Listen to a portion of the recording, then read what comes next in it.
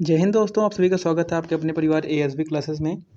तो जैसे आप सभी को पता है कि हमारा 3 बजे वाले सीरीज के नाम से नवीन सर द्वारा कराया जा रहा है प्रैक्टिस सेट का रिवीजन हम करते हैं, जो एसएससी जीडी के लिए बहुत ही महत्वपूर्ण है। बाकी आप अदर एग्ज़ाम के लिए भी तैयारी कर सकते हैं, ठीक है, रिवीजन कर सकते हैं इनका। तो भैया अगर हम बात करें कि जो 3 बजे वाली प्रैक्टिस सीरीज है वो हमारे चैनल एएसबी क्लासेस पे आपको रोज़ रिवीजन उसका आपको कराया जाता है, ठीक है। तो चलिए हम शुरू करते हैं आज के प्रैक्टिस सेट नंबर 4 के बारे में, ठीक है। तो प्रैक्टिस सेट नंबर 4 में कौन कौन से प्रश्न हैं, महत्वपूर्ण प्रश्न कौन से हैं, कौन कौन से बन सकते हैं, उनके बारे में हम चर्चा करेंगे, ठीक है। चलिए शुरू करते हैं। बात करें पहले प्रश्न की, तो पहला प्रश्न हमारा क्या है कि भैया कौन सा लोक नृत्य जम्मू और कश्मीर से संबंधित है।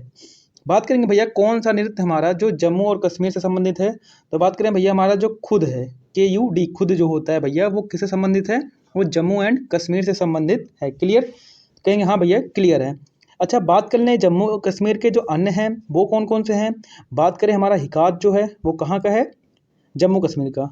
रऊफ, उफ, अच्छा जम्मू कश्मीर में ठंडी होती है कि नहीं होती, कहेंगे हाँ भैया होती है। तो बात करेंगे उफ कितनी ठंडी है, इसे याद कर लेंगे, ठीक है। फिर बात करें भैया हाफिज़ा, ठीक है, फ्रिज हो जाते हैं यहाँ पे, ठीक है। फिर बात करें भैया भांड पथेर, ये कहाँ का है, यहीं जम्मू कश्मीर का है, ठीक है। और भांड जश्न भी कहाँ का है, तो बताएंगे भैया ये भी यहीं का जम्मू एंड कश्मीर का हमारा लोक नृत्य है। क्लियर, तो कहेंगे हाँ भैया क्लियर है। अच्छा, अन्य राज्य के बारे में बात कर लेते हैं। जैसे हम बात करें कि हमारा जो भवई है वो कहाँ से संबंधित है, तो हमारा राजस्थान से संबंधित है। होजागिरी त्रिपुरा से है। जवारा मध्य प्रदेश से है, ठीक है। क्लियर, तो कहेंगे हाँ भैया क्लियर है। अच्छा, बात करें कि गोल्ड आगा खान गोल्ड कब किस खेल से संबंधित है, तो आगा खान गोल्ड कप जो है वो किससे संबंधित है, तो बताएंगे भैया ये संबंधित है हॉकी से। क्लियर, तो कहेंगे हाँ भैया हम कभी नहीं भूलेंगे इनको। अच्छा, बात कर लें हॉकी के जो अदर अन्य कप हैं, मतलब कौन कौन से कप इससे संबंधित हैं, तो बताएं भैया जो बेटन कप है किससे संबंधित है, भैया हॉकी से संबंधित है। अच्छा, ये जो है ये सबसे पुराना कप है, ठीक है। इसकी शुरुआत कब हुई थी, 1895 से ये शुरू हुआ था। क्लियर। अच्छा, बात करें वेलिंगटन, ठीक है, वेलिंगटन जो कप है वो किससे संबंधित है, हॉकी से संबंधित है। रंगास्वामी कप ये भी किससे है, हॉकी से है, ठीक है। मुरगप्पा गोल्ड कप ये भी किससे है, तो बताएंगे भैया हॉकी से संबंधित है, ठीक है। क्लियर, तो कहेंगे हाँ भैया इतनी बात हमको क्लियर है। अच्छा, बात करें बास्केटबॉल के अन्य कप कौन कौन से हैं, तो विलियम जोस कप जो हमारा है वो किससे है, हमारा भैया बास्केटबॉल से, ठीक है। बेंगलुरु ब्लूज जो कप है वो किससे है, तो बताएंगे भैया हमारा वो बास्केटबॉल से है। टेनिस कप के अन्य जो नाम है वो देख लेते हैं। वो डेविस कप आपको दे के पूछ सकता है, तो बताएंगे भैया ये टेनिस कप है। हॉफमैन किससे है भैया, टेनिस से है, ठीक है। अच्छा, गोल्फ के अन्य कप कौन कौन से हैं, तो बात करें भैया राइटर हमारा जो है वो किससे है, गोल्फ कप से है। वाकर कप जो है वो किससे है, तो बताएंगे भैया गोल्फ से है। क्लियर, तो कहेंगे हाँ भैया इतनी बात क्लियर है, कभी नहीं भूलेंगे।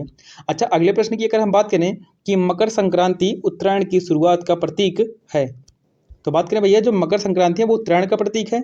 अच्छा, बात करें ये कब मनाई जाती है, तो बताएंगे भैया ये हमेशा हर साल 14 जनवरी, जिन्हें नववर्ष के नाम से भी जाना जाता है। अच्छा, बात करें यूके अर्थात उत्तराखंड में 14 जनवरी को ये किस नाम से मनाया जाता है, तो गुधुती जो है, गुधुती किससे भैया, उत्तराखंड में 14 जनवरी को मनाया जाता है इस नाम से। अच्छा, तमिलनाडु की बात करें तो पोंगल, ठीक है। पोंगल कितने दिन के लिए होता है भैया, 4 दिन के लिए होता है। अच्छा, बात करें अहमदाबाद में पतंग महोत्सव, ठीक है, इंटरनेशनल पतंग महोत्सव के नाम से हमारा ये मनाया जाता है। क्लियर, तो कहेंगे हाँ भैया इतनी बात हमको क्लियर है, कभी नहीं भूलेंगे। बात करें जो सितारा देवी है, सितारा देवी जी किस शास्त्रीय नृत्य के लिए प्रसिद्ध हैं, तो जो सितारा देवी जी हैं वो हमारे कथक। अच्छा, बात करें कथक कहाँ का है, क्लासिकल डांस, तो बताएंगे भैया कथक कहाँ के लोग नहीं थकते हैं, यूपी के लोग कभी नहीं थकते हैं, ठीक है। बात करें भैया कथक के जो अन्य हैं वो देख लेते हैं भैया कौन कौन से इनके शास्त्रीय नृत्य हैं। बात करें भैया हमारा जो प्रेरणा देश पांडे जो हैं वो किससे हैं, वहीं हमारे कथक से। प्रेरणा श्रीमाली कौन से हैं, कहाँ से हैं भैया, वही कथक से हैं, ठीक है। सारवती हमारी सेन कौन से है, कथक से ही संबंधित है, ठीक है। बात क्लियर, तो कहेंगे हाँ भैया इतनी बात हमको क्लियर है। तो बात करें कथकली, कथकली कहाँ का है, तो बताएंगे भैया केरल का है। इनके कौन है, उदय शंकर मेनन किससे हैं भैया, कथकली से हैं। बात करें भरतनाट्यम हमारा कहाँ का है, तमिलनाडु, ठीक है। अच्छा बात करें ये भरतनाट्यम के कौन है, मीनाक्षी श्रीनिवास। आपको सभी जो 8 क्लासिकल डांस है सबके स्टेट का नाम आपको क्लियर होना चाहिए, ठीक है। क्लियर, तो कहेंगे हाँ भैया इतनी बात हम कभी नहीं भूलेंगे, याद रखेंगे। मणिपुर का कौन सा है भैया, मणिपुरी का कौन सा है भैया, मणिपुर में ही है। तो बीनो देवी जो हैं कहाँ से, एल बीनो देवी कहाँ से भैया, मणिपुर से हैं। चारू मायूर कहाँ से हैं भैया, वो भी मणिपुर की हैं। अच्छा एक बहुत महत्वपूर्ण प्रश्न है, ये आपको एसएससी जीडी में पूछा गया प्रश्न है कि झावेरी बहन जो हैं वो किससे संबंधित हैं, किस क्लासिकल डांस से संबंधित है, बताएंगे भैया कौन से, हमारे मणिपुरी से हैं। अच्छा ये झावेरी बहनों कितने बहनों का समूह है, तो बताएंगे भैया 4 बहनों से मिलकर हमारा झावेरी बहन बना हुआ है। अच्छा बताएं वो 4 बहनें कौन कौन सी हैं, तो बताएंगे भैया दर्शना जो है एक पहले, दूसरी कौन है भैया, नम्दा, और रंजना, और कौन, सुवर्णा। ये जो 4 महिलाएं हैं, 4 बहनें हैं, इन्हें ही हम झावेरी बहन के नाम से जानते हैं। और झावेरी बहन कहाँ का है भैया, मणिपुर का है, कभी नहीं भूलेंगे। बहुत ही महत्वपूर्ण प्रश्न है, 2022 के जीडी में पूछा गया ये प्रश्न है आपका। क्लियर, तो कहेंगे हाँ भैया क्लियर है। बात करें अगले प्रश्न की, तो अगला प्रश्न हमारा क्या बना है, कौन सा मणिपुर का एक विशिष्ट मार्शल आर्ट है, ठीक है, मार्शल आर्ट है।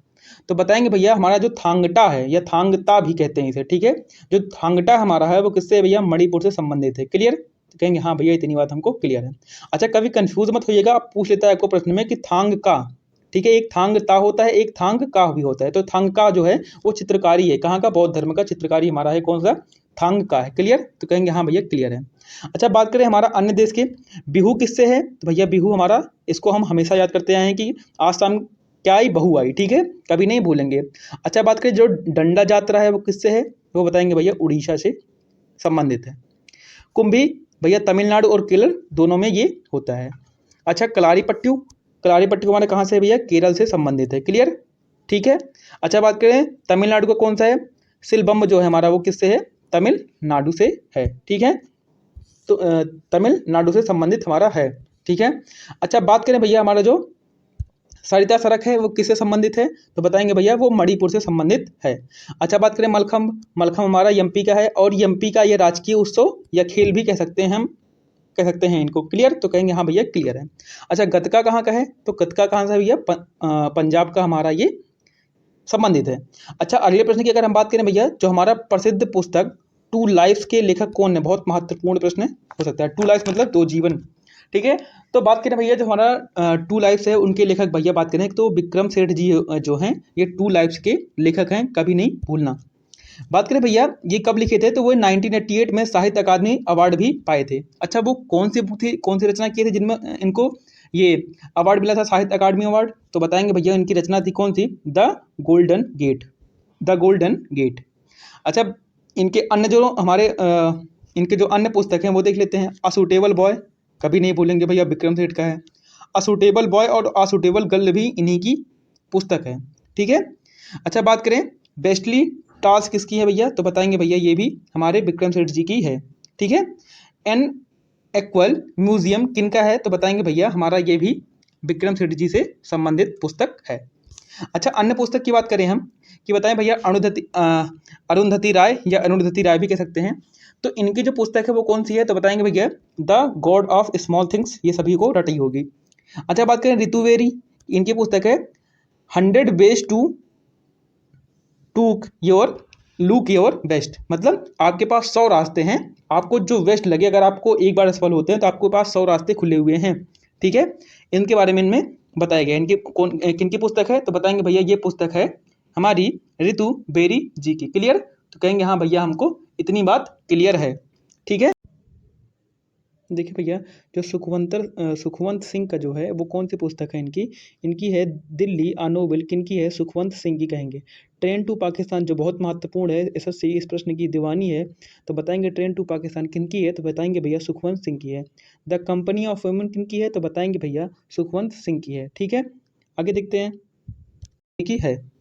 बात करें जलियांवाला बाग हत्याकांड कब हुआ था, तो बताएंगे जलियांवाला बाग हत्याकांड 1919 में हुआ था। या कहाँ पे स्थित है, तो बताएंगे भैया ये पंजाब अमृतसर में स्थित है। अच्छा बात करें 1919 में रोलेट एक्ट आया था, इसे काला कानून भी कहते हैं, ठीक है, इसे काला कानून भी हम कहते हैं। क्लियर, तो कहेंगे हाँ भैया इतनी बात हमको क्लियर है। अच्छा बात करें विरोध किसने किया, ये जो काला कानून था, ठीक है, वो इसका विरोध करने वाले कौन थे, तो डॉक्टर सत्यपाल जी थे, और कौन थे भैया, सैफुद्दीन किचलू जो थे, इनके हमारे जो इनको विरोध करने वाले हमारे यही दो लोग थे। क्लियर? तो कहेंगे हाँ भैया क्लियर है। अच्छा, बात करें रविन्द्रनाथ टैगोर जो थे वो उनको नाइटहुड की टाइटल भी वापस कर दिया। मतलब इसी 1990 रूलेट एक्ट के काला कानून के बाद इन्होंने अपना क्या किया, जो रविन्द्रनाथ टैगोर के पास इनके पास जो टाइटल था किसकी, नाइटहुड की, वो भी इन्होंने वापस कर दिया। क्लियर? अच्छा, बात करते हैं भैया जलियांवाला बाग हत्याकांड की जाँच। जब ये जहाँ पे इतने लोग वो थे उनको गोली चला के सबकी हत्या कर दी गई थी, उनका जब जांच हुआ, हत्याकांड की जांच कौन किया था भैया, हंटर कमीशन के द्वारा इनकी जांच हुई थी। इसमें कुल कितने सदस्य थे? इसमें कुल 8 सदस्य थे, जिसमें 5 इंग्लैंड के थे और 3 इंडियन थे। अच्छा, इंडियन नेशनल कांग्रेस की जांच में की कमेटी जो है वो कौन थी? तो भैया वो मदन मोहन मालवीय कमेटी के द्वारा इसकी जांच हुई थी। ठीक है, इंडियन नेशनल कांग्रेस की। ठीक है, बात करें कि जनरल गवर्नर कौन थे, तो भैया जेम्स फोर्ड जो थे इनके जनरल गवर्नर थे। क्लियर? तो बताएंगे हाँ भैया इतनी बात हमको क्लियर है। अच्छा, फिर बताना चाहें आपको कि 1919 में कांग्रेस अधिवेशन, सॉरी 1919 में जो हुआ था वो कांग्रेस अधिवेशन हुआ था। कब? हमारे सर पंजाब में हुआ था। ठीक है, कांग्रेस अधिवेशन कब हुआ था? 1919 में हुआ था। अच्छा, बात करें इनके अध्यक्ष कौन थे, तो भैया मोतीलाल नेहरू, जो जवाहरलाल नेहरू के पिताजी थे वो थे। ठीक है। अच्छा, फिर अगले प्रश्न की हम बात करें भैया, तो बताएं कि महात्मा गांधी ने असहयोग आंदोलन को वापस लेने का फैसला कब लिया? तो 4 फरवरी 1922 में, डेट याद रखना, 4 फरवरी 1922 में। इसी समय चौरी चौरा कांड भी हुआ था। कहाँ पे? संयुक्त प्रांत, जिसे हम यूपी कहते हैं। इसमें 22 पुलिस कर्मियों को जला दिया गया था। ठीक है, मतलब इसमें 22 पुलिस कर्मियों को एक थाने में बंद करके उनको आग लगा दिया गया था, जो चौरी चौरा कांड हुआ था। क्लियर? तो कहेंगे हाँ भैया क्लियर है। अच्छा, फिर अगर हम बताना चाहें कि भैया असहयोग आंदोलन की शुरुआत कब हुई थी, तो भैया असहयोग आंदोलन की हमारी शुरुआत हुई थी वो 1 अगस्त 1920 से शुरू हुई थी। क्लियर? तो बताएंगे भैया कि नेतृत्व कौन किया था, तो भैया गांधी जी के द्वारा पहला जन आंदोलन चलाया गया, मतलब लोगों के द्वारा, जनता के द्वारा ये आंदोलन चलाया गया था। क्लियर? तो कहेंगे हाँ भैया क्लियर है। अच्छा, बताएं कि गांधी जी तो मतलब जो इन्होंने अपना कौन कौन सा आंदोलन शुरू किया था उनके बारे में हम देख लेते हैं। बताएं भैया कि 9 जनवरी 1915 को गांधी जी वापस आए थे। सब लोग जानते हैं कि 9 जनवरी 1915 को आए थे, लेकिन डेट कभी कभी लोग भूल जाते हैं, तो डेट आप याद रखिएगा। ठीक है, क्योंकि अब एसएससी बहुत ट्रिपिकल हो गई है, वो बहुत ऐसी क्वेश्चन पूछ सकता है जो आपको ध्यान ना देते हो। तो आप डेट याद रखिएगा, 9 जनवरी 1915 को वापस आए थे। अच्छा, 1917 का आंदोलन, इनमें क्या हुआ था भैया? 1917 में क्या किए थे? चंपारण आंदोलन किए थे। चंपारण कहाँ का है भैया? बिहार का है, जिसमें किसानों के लिए, मतलब जो नील खेती होती थी उनको रोकने के लिए ये आंदोलन चलाए थे। कब? 1917 में। क्लियर? तो कहेंगे हाँ भैया क्लियर है। अच्छा, बात करें 1918 में क्या हुआ था, क्या किए थे, तो अहमदाबाद मील मिशन मजदूर जो गुजरात में है। ठीक है, तो इसमें मील में मजदूर लोग काम करते थे, उन पे इन्होंने ये आंदोलन चालू किया था। बात करें 1918 में 2 चीज़ हुआ था। कौन सा भैया? खेड़ा सत्याग्रह भी हुआ था और अहमदाबाद मील मजदूर भी हुआ था। तो याद कैसे करेंगे? तो भैया पहले आ आता है, पहले खा आता है। तो बताएंगे पहले भैया आ आता है, फिर जाके हमारा खा आता है। इसलिए पहला कौन सा हुआ था? अहमदाबाद मील मिशन हुआ था। फिर क्या हुआ था भैया? खा से मतलब खेड़ा सत्याग्रह हुआ था। क्लियर? ये भी किसानों के लिए कहाँ पे हुआ था? गुजरात में हुआ था। ठीक है, किसानों के लिए ये भी किए थे। कब? 1918 में किए थे। अच्छा, फिर बात करें भैया 1920 में क्या हुआ था, तो 1920 में इन्होंने असहयोग आंदोलन किया था। 1930 में क्या किए थे? सविनय अवज्ञा आंदोलन लाए थे। 1940 में व्यक्तिगत सत्याग्रह आंदोलन लाए थे। 1942 में भारत छोड़ो आंदोलन लाए थे। क्लियर? तो महात्मा गांधी जी के जो भी है महत्वपूर्ण तथ्य थे वो हम जान चुके हैं। अच्छा, अगर अगले प्रश्न की बात करें कि सम्राट अशोक जो हैं वो सम्राट अशोक किसका पुत्र था, तो बताएंगे भैया सम्राट अशोक किसका पुत्र था, तो भैया किसका था? बिंदुसार का था। आइए इनके बारे में पूरा हम निचोड़ निकाल लेते हैं। अगर बात बताएं भैया मौर्य साम्राज्य जो हमारा था, इनकी शुरुआत कब से कब तक हुई थी भैया? 322 से 185 बीसी तक हुआ था। अच्छा, बात बताएं अगर हम आपको चंद्रगुप्त मौर्य, इनके बाद मौर्य साम्राज्य का जो संस्थापक थे वो कौन थे, तो बताएंगे भैया चंद्रगुप्त मौर्य थे। ठीक है, क्लियर? तो कहेंगे हाँ भैया क्लियर है। घनानंद का इन्होंने वो किया था, उसके बाद ये भी आए थे। चंद्रगुप्त मौर्य ने इनका साम्राज्य अपना शुरू किया था। कौन सा? मौर्य वंश चलाए थे। अच्छा, बात बताइए इनका कार्यकाल कब से कब तक था, तो बताएंगे भैया 322 से 298 बीसी तक इनका कार्यकाल था। अच्छा, बताएं कि बिंदुसार जो थे, बिंदुसार का इनका शासनकाल, चंद्रगुप्त के बाद कौन आए भैया? बिंदुसार आए। ठीक है। अच्छा, बिंदुसार का कार्यकाल पूछ लेता है, तो बताएंगे भैया 298 से 273 बीसी तक इनका कार्यकाल था। किनका? बिंदुसार का। अच्छा, बताएं कि सम्राट अशोक जो हैं इनका कार्यकाल, मतलब बिंदुसार के बाद कौन आया? सम्राट अशोक आया। ठीक है, तो बताएंगे भैया कि जो 269 से लेके 222 बीसी तक कौन थे भैया? सम्राट अशोक। तो बिंदुसार का ही लड़का कौन था? सम्राट अशोक थे। ठीक है, चंद्रगुप्त का कौन था? बिंदुसार था, और बिंदुसार का कौन था भैया? सम्राट अशोक था। क्लियर? तो कहेंगे हाँ भैया क्लियर है, कभी नहीं बोलेंगे। अच्छा बात बताएं कि मगध पर जो वंश थे वो कौन कौन वंश हमारे थे। अच्छा इनको याद करने का, जो मौर्य वंश के जो हमारे चंद्रगुप्त मौर्य थे, बिंदुसार थे और अशोक थे, इनका अगर हम ट्रिक के माध्यम से याद करना चाहें तो उल्टा ABC, ठीक है, मतलब नीचे क्या आ गया, अशोक से A हो गया, बिंदुसार B हो गए, चंद्रगुप्त C हो गए, तो नीचे से उल्टा मतलब ABC या CBA उल्टा कर देंगे हमारा, इससे हम याद रख पाएंगे, ठीक है। अच्छा बात बताएं कि मगध पर जो वंश, वो कौन कौन से वंश जो शासन किए हैं, तो बताएं भैया हर्यक वंश था, शिशुनाग वंश था, नंद वंश था और मौर्य वंश था। इनको याद कैसे करेंगे, ठीक है, तो बताएंगे भैया हंसना मना है, या बताएंगे हंसना मना से भैया हंस, यस से क्या हो गया हर्यक वंश, एस से क्या हो गया भैया शिशुनाग वंश, एन से क्या हो गया नंद वंश और यम से हो गया क्या मौर्य वंश हो गया, ठीक है, क्लियर? तो कहेंगे हाँ भैया क्लियर है, ठीक है, या हंस सनम याद रखेंगे, मैं जिससे आपको याद रख पाए, आपको आसानी हो उनसे आप याद कर लीजिएगा, ठीक है। बात बताएं कि भारत के संविधान द्वारा किस प्रकार की नागरिकता को, भारत के संविधान द्वारा किस प्रकार की नागरिकता प्रदान की जाती है। अच्छा यही अगर आपसे पूछना चाहें कि भैया जो नागरिकता है वो कब से कब तक है, दूसरा भाग है इनका, ठीक है, वो कब से है भैया, 1 से लेकर 4 तक हमारा संघ है, फिर 5 से लेकर 11 तक हमारा क्या है नागरिकता है, ठीक है। उसके बाद हमारा कौन सा है मौलिक अधिकार है, ठीक है, वो कब से कब तक हमारा 12 से लेके 35 तक, ठीक है, फिर 36 से लेके हमारा कौन सा है भैया 52 तक, हमारा क्या है 51 तक आगे हमारा, ठीक है। तो बात बताएं भैया कि हमारा जो है किसके बारे में बात कर रहा है, नागरिकता के बारे में बात हो रही है, तो कब से कब तक है भैया 5 से लेकर 11 से दूसरे भाग में, क्लियर? तो कहेंगे भैया हाँ कभी नहीं भूलेंगे। अच्छा बात बताएं, इसमें पूछ रहा है कि किस प्रकार की नागरिकता प्रदान की जाती है, तो हम चारे जो हमारे 5 से लेकर 11 तक है पूरी हम उनकी निचोड़ निकाल लेते हैं। देखिए भैया कि एकल नागरिकता जो है इनके द्वारा बताया गया, ठीक है, भारत के संविधान द्वारा किस प्रकार की नागरिकता प्रदान की गई थी, तो एकल नागरिकता प्रदान की गई थी। अच्छा ये लिया किससे गया था, इंग्लैंड से या ब्रिटेन से लिया गया, मतलब ब्रिटेन कहना ज़्यादा उचित है यहाँ पे, तो ब्रिटेन से लिया गया था, क्लियर? तो कहेंगे हाँ भैया क्लियर है। अच्छा ये किस अधिनियम से लिया गया था, अधिनियम से आया था, तो बताएंगे भैया भारतीय नागरिकता अधिनियम कब आया था, 1955 में आया था, क्या आया था 1955 में आया था, क्लियर? तो कहेंगे हाँ भैया क्लियर है। अच्छा बात बताएं अगर हम आपको कि किस अनुच्छेद के तहत संसद को नागरिकता के संबंध में कानून बनाने का अधिकार प्रदान किया गया है, ठीक है।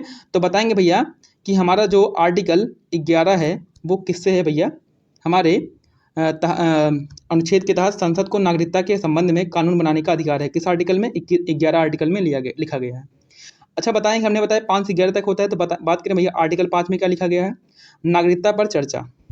आर्टिकल 6 में पाकिस्तान से जो भारत आए थे उनके लिए बात बताई गई है। अच्छा आर्टिकल 7 में तो जो भारत से जो पाकिस्तान गए हैं उनके लिए नागरिकता बताई गई है। आर्टिकल 8 में तो भारत के बाहर अगर कोई बच्चा है और उसके माता पिता जो हैं वो भारत के निवासी हैं, तो वह बच्चा भी भारत का नागरिक होगा, क्लियर? मतलब जैसे कोई बच्चा है वो बाहर विदेश में रह रहा है और उनके माता पिता की जो वो है वो कहाँ के हैं, भारत के हैं, तो वो बच्चा भी कहाँ का होगा, वो भारत का नागरिक कहलाएगा। अच्छा बात बताएं भैया आर्टिकल 9 में कि अन्य देश की नागरिकता ग्रहण करने पर भारत की नागरिकता समाप्त हो जाएगी। मतलब आर्टिकल 9 क्या कहते हैं कि अगर आप किसी मान लो आप भारत में रह रहे हैं और भारत से दूर जाके आप कहीं आप विदेश में, कनाडा में, अमेरिका में, वहाँ की अगर नागरिकता आप ले लेते हैं तो आपकी जो नागरिकता यहाँ से है वो खत्म हो जाएगी। कहाँ से भैया, भारत में। जैसे बात करें कि अक्षय कुमार जो हैं वो कनाडा के नागरिक हो गए हैं, लेकिन पहले भारत में थे, तो अब वो भारत के नागरिक नहीं रह जाएंगे, क्लियर? तो कहेंगे हाँ भैया क्लियर है। अच्छा बात बताएं आर्टिकल 10 में क्या लिखा गया है, तो आर्टिकल 10 में नागरिकता बने रहने का जो बात बताई गई है वो किसमें बताई गई है, आर्टिकल 10 में, 11 हमने आपको बता ही दिया, क्लियर? तो कहेंगे हाँ भैया क्लियर है। अच्छा बताएं अगर भारत के किस भाग में स्थित, मतलब भारत जो है वो किस भाग में स्थित है, तो बताएंगे भैया हमारा जो एशिया भाग में है। अच्छा एशिया के किस भाग में, तो बताएंगे भैया दक्षिण एशिया हमारा भाग में हमारा कौन है भैया, भारत हमारा दक्षिण एशिया भाग में स्थित है, क्लियर? तो कहेंगे हाँ भैया क्लियर है। अच्छा बताएंगे भारत का अक्षांशीय शिखर जो विस्तार है वो कहाँ मतलब कितना है, तो बताएंगे भैया 8 डिग्री 4 मिनट से 37 डिग्री 6 मिनट तक उत्तरी अक्षांश पर है, ठीक है। अच्छा ये तो अक्षांशीय हो गया, ठीक है। बात करें हमारा देशांतर विस्तार, तो वो भैया 68 डिग्री 25 मिनट से 97 डिग्री 25 पूर्वी तक हमारा ये क्या है, इनका विस्तार है पूरा, क्लियर? तो कहेंगे हाँ भैया क्लियर है। अच्छा बताएं कि भैया कौन सा महासागर जो है वो एस आकार का है, तो बताएंगे भैया अटलांटिक महासागर जो है वो हमारे एस आकार का है। इसे इसे आंध्र महासागर भी कहते हैं, किसको भैया, अटलांटिक महासागर को, ठीक है। अच्छा बताएं दुनिया का सबसे बड़ा जो द्वीप है वो किस पे है, इसी अंटार्कटिक पे है, जिसे ग्रीनलैंड कहते हैं, इसी महासागर का ये भाग है, ठीक है। अच्छा फिर बताएं अगर हम आपको कि महासागरों का घटता क्रम पूछ लेता है आपको प्रश्नों में कि घटता हुआ क्रम कौन सा है, तो बताएंगे भैया घटता हुआ क्रम हम प्रशांत महासागर है, फिर कौन सा है अटलांटिक महासागर है, फिर हिंद महासागर, फिर दक्षिण या अंटार्कटिक महासागर है, फिर बताएंगे भैया आर्कटिक महासागर हमारा सबसे कम वाला हो जाता है। ये घटता हुआ क्रम है। अच्छा याद कैसे करेंगे, तो याद करेंगे भैया पैसा PAISA, पी से क्या हो गया प्रशांत, ए से क्या हो गया अटलांटिक, आई से क्या हो गया इंडिया या हिंद, ठीक है, यस से क्या हो गया साउथ मतलब दक्षिण, अगर बात करें ए से क्या हो गया आर्कटिक महासागर हो गया। सबसे छोटा कौन सा है हमारा भैया आर्कटिक महासागर है।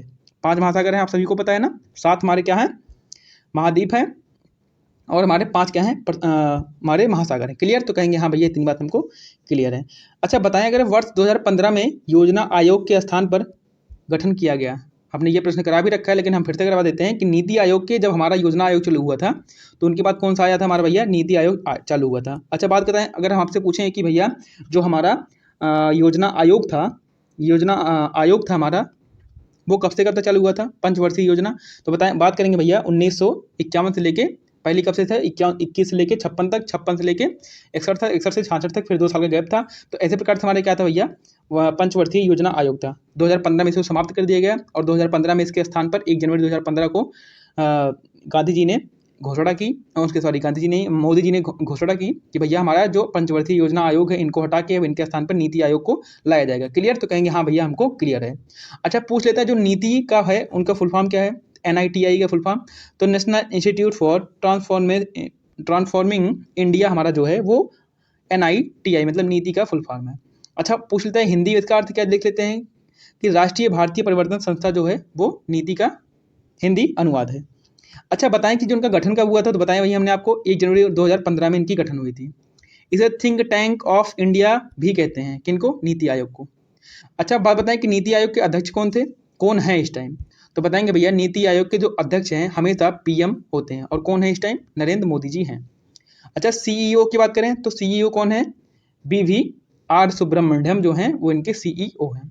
अच्छा बात करें फर्स्ट CEO कौन थे 2015 में जो बने थे, तो बताएंगे भैया बात बताएंगे हम सिंधु जी खुल्लर जो थे वो पहले हमारे CEO थे। अच्छा वाइस चेयरमैन जो थे वो कौन थे, तो बताएंगे भैया सुमन के बेरी हमारे जो थे वो पहले वाइस चेयरमैन थे। अच्छा बात बताएं 2015 में उपाध्यक्ष कौन थे, तो बताएंगे भैया अरविंद अडिगा जो थे वो हमारे 2015 के उपाध्यक्ष थे, वाइस चेयरमैन थे। क्लियर, तो कहेंगे हाँ भैया इतनी बात क्लियर है, कभी नहीं भूलेंगे। अच्छा बताएं फिर अगर हम आपको अर्थशास्त्र में CRR का जो फुल फॉर्म है वो क्या है, मतलब इकोनॉमिक्स में CRR का जो पूर्ण रूप है वो क्या है, तो बताएंगे भैया कैश रिजर्व रेशियो जो होता है वो CRR का फुल फॉर्म होता है। अच्छा SLR का फुल फॉर्म पूछे तो बताएंगे भैया स्टैट्यूटरी हमारा जो लिक्विडिटी रेशियो जो होता है वो हमारा SLR का होता है। ठीक है क्लियर, तो कहेंगे हाँ भैया क्लियर है। अच्छा बात बताएं RR का फुल फॉर्म, तो रेपो रेट जो होता है वो RR होता है और RRR जो होता है ये मूवी वाला नहीं, बात कर रहे हैं किसमें भैया, हम इकोनॉमिक्स में बात कर रहे हैं। ठीक है तो बताएंगे भैया रिवर्स रेपो रेट। अच्छा ये अगर हम आपको थोड़ी देर मतलब बताना चाहें अगर हम रिवर्स रेपो रेट और रेपो रेट क्या होता है, तो जब वाणिज्य बैंक, ठीक है, जब वाणिज्य बैंक किससे लोन लेता है, जब लेता है हमारे SBI उससे RBI से, तो हमारा कौन सा होता है भैया, वहाँ पे होता है भैया रिवर्स रेपो रेट होता है। लेकिन जब वही हमारी जो RBI होती है वो जब वाणिज्य बैंकों से लोन लेती है तो उन्हें हम रेपो रेट कहते हैं। अच्छा बात बताएं भैया जो GDP होता है इनका full form gross domestic product हमारा जो होता है GDP होता है। MD का फुल फॉर्म मनी डिमांड होता है। MS का मनी सप्लाई होता है। ठीक है मांग आपूर्ति। अच्छा बात बताएं भैया कि हमारा अगला प्रश्न क्या है, अगला प्रश्न की हमारी बात कर लें कि विद्युत मात्रा की इकाई क्या होती है, तो क्या होती है भैया विद्युत मात्रा की इकाई हमारी जो होती है वो एम्पियर होती है। ओम किसका है, तो बताएंगे भैया विद्युत प्रतिरोध का हमारा क्या है वो ओम है। वोल्ट किसका है, विभवांतर का वोल्ट है। कूलाम किसका है, आवेग का है। विद्युत शक्ति वाट का है। बल का न्यूटन है। कार्य का जूल है। सबको क्लियर है, कहेंगे हाँ भैया ये सब हमको क्लियर है।